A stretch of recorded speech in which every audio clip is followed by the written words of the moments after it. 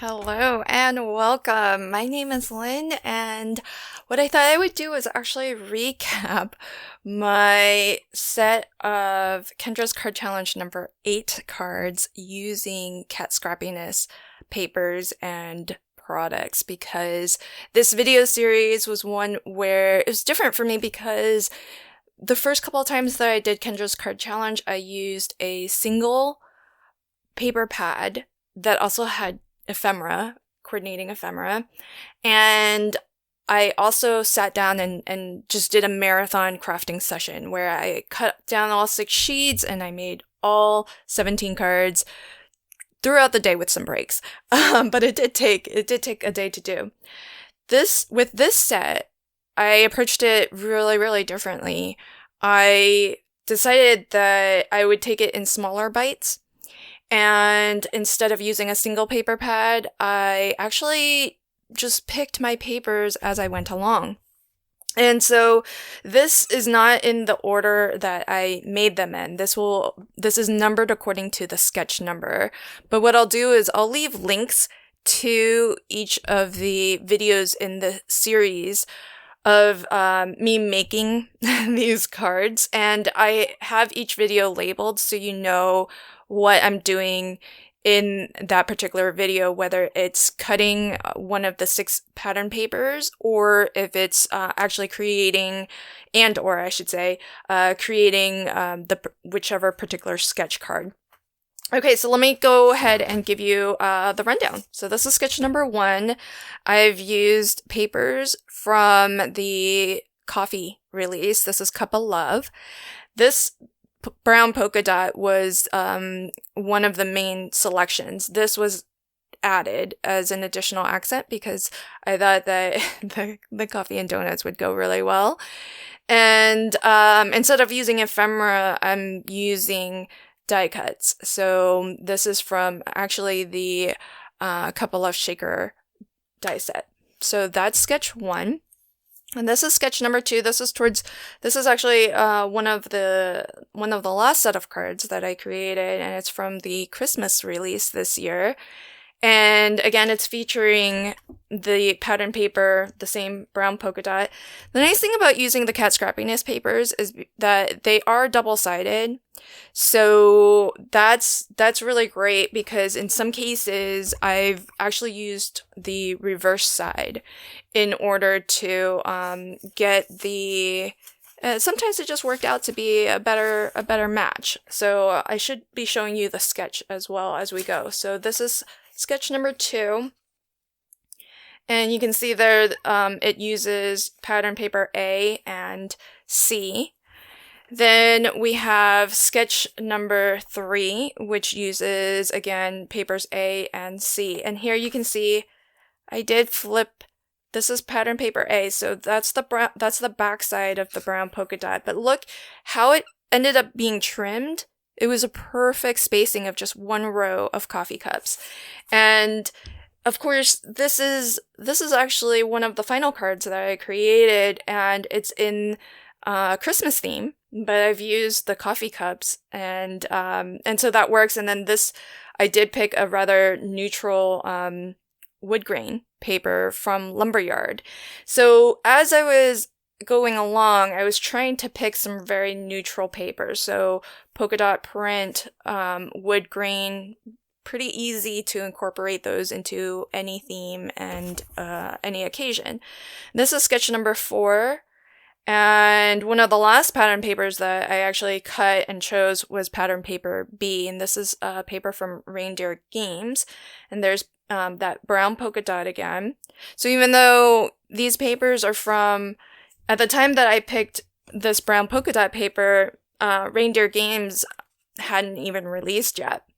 So that's a mark of how well designed a paper pad is, when there are some things that are very general and not too overly specific to the theme. So this came in a coffee themed paper pad, but as you can see, I'm using it on a Christmas card.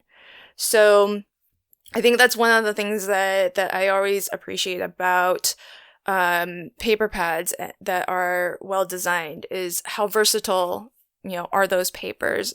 And so that's definitely one of the things I was keeping in mind especially towards the beginning, as I was picking my papers. So here we have, this is sketch number 5, again using paper B, which was the last one that I chose, and paper F, which is actually one of the first papers. And paper F is from the Cat's Meow release. And so that, again, is the backside. That's actually the backside of the design that I chose to use for F. So really, really fantastic. And again, this is a holiday card featuring reindeer games and the joy sentiment. So that was number 5. Number 6 is another holiday card that features paper B. Again, that was the last one I chose. And then paper C, which was that wood grain. And reindeer games and Santa's Helpers stamp set are featured as my focal images. This one is sketch number 7. That right there. And this features paper B, again, that red snowflake pattern, and then paper A, which is that brown and white polka dot. And then I just brought in some wood grain paper here as a backdrop for my characters. Then we have sketch number 8. And so now we've got a fall Thanksgiving themed card. And it's from, the papers are a mix actually. So we have papers C, D, and E. C is, let's see, I think they're a little bit mixed up because I actually used the reverse side of all of them. So C was wood grain, and I've just sort of flipped everything to the backs. So on the wood grain lumberyard papers, they are wood grain on both sides, but they are different on each side. Then we have D, which was cut, I think this is from, this might be from Cat's Meow also. And then this paper here, which is, no, I think this is D. This is from Gobble Gobble, which was the Thanksgiving release. So, and this paper here with the turkey is from Gobble Gobble also. I just punched that out from the paper pad.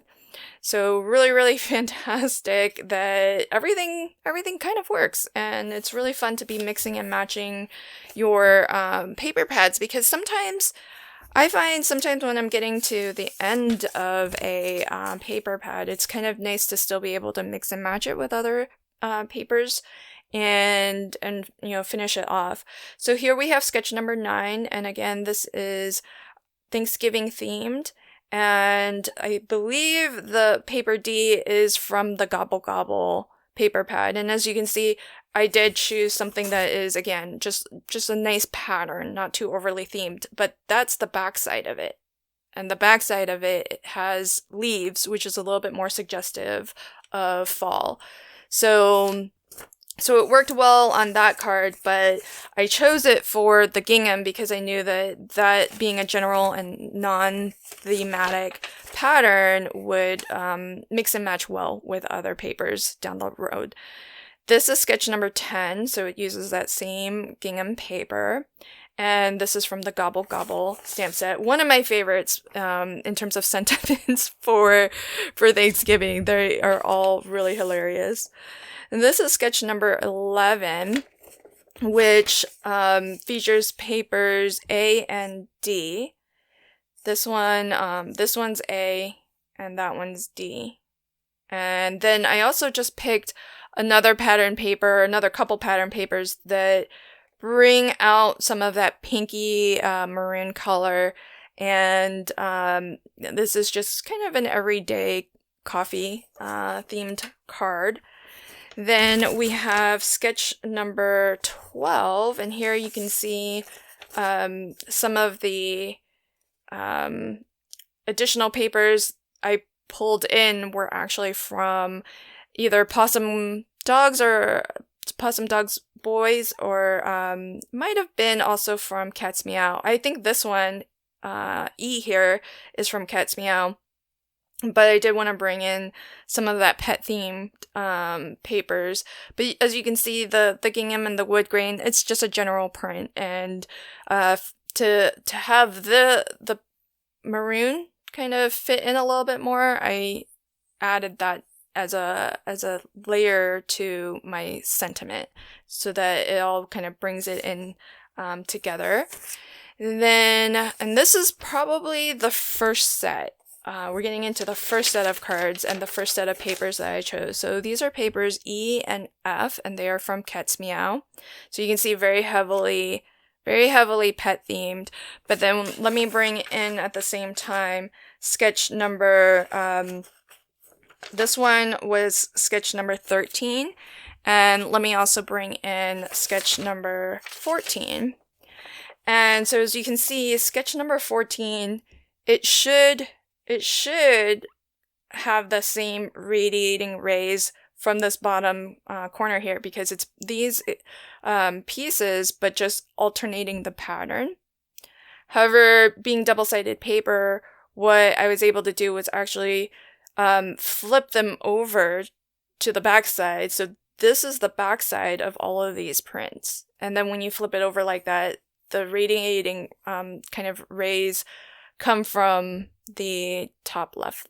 So that, I would say, is another great little tip if you're going to be doing this in bits and pieces, because if one side is heavily themed, most well-designed paper pads, the other side, the flip side, will often be something that's a little bit more neutral in terms of it doesn't have like a really strong motif or theme or season or anything like that. So it's nice to see this kind of work out, and I'm gonna definitely, this was a happy coincidence when I noticed it, and I'm glad that I made these cards actually in my first session of making this set. And once I clued into this, then I really started to actually use it as strategy for picking papers as I was progressing along the challenge. So then we're down to, I think, the last 3 cards. So this is sketch number 15, and it features papers E and F. So again, we have the reverse side. So remember, I chose it for this side with the heavily themed pet motif. But flipping over to the back side, I have these more general stripes and polka dots. And my card was still pet themed, but I opted to use that side to create something a little bit more monochromatic. Then we have sketch number 16. And so this was a little bit further down the road, because here you see papers D and C. So C was my wood grain, and D was from a Thanksgiving paper pad. And I made another pet themed card with this is a silhouette. It's actually a coordinating die that goes with the Cat's Meow stamp set.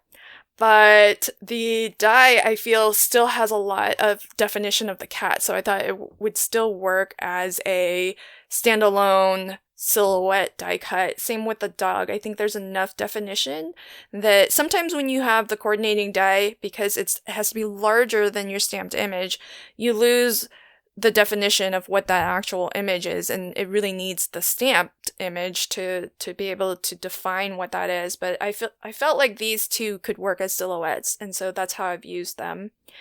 And so that's sketch number 16. And then the last card, again, this was one of the first that I made, because papers E and F were the first that I cut, actually. And so this is featuring, most prominently, is paper F. So we have it here, and as the little banner flag there. I opted not to add the additional ones, but there is an option to add two more, including one from paper E. But yeah, so really, really exciting, really fun. And for me, a very different approach to this challenge. And I had my reservations when I started, especially since I was starting with a pet-themed paper pad. But as you can see, I've gone from a pet-themed paper pad to Thanksgiving-themed papers to coffee papers, and finally Christmas papers as well. And as a set, they are a mix of occasion and seasons and themes. But in terms of each individual card, I think the papers really still went pretty well together, especially since for a lot of my cards, I like to, for areas that we got to kind of pick and choose where and how to fill in some of the sketch design, like this one, just bringing in some additional papers really helps to push this towards a particular theme, even though the two that came from the cutting guides were very neutral, the brown polka dot and the wood grain, but it's the addition of the other papers and of course the focal image and sentiment that really push it towards Christmas.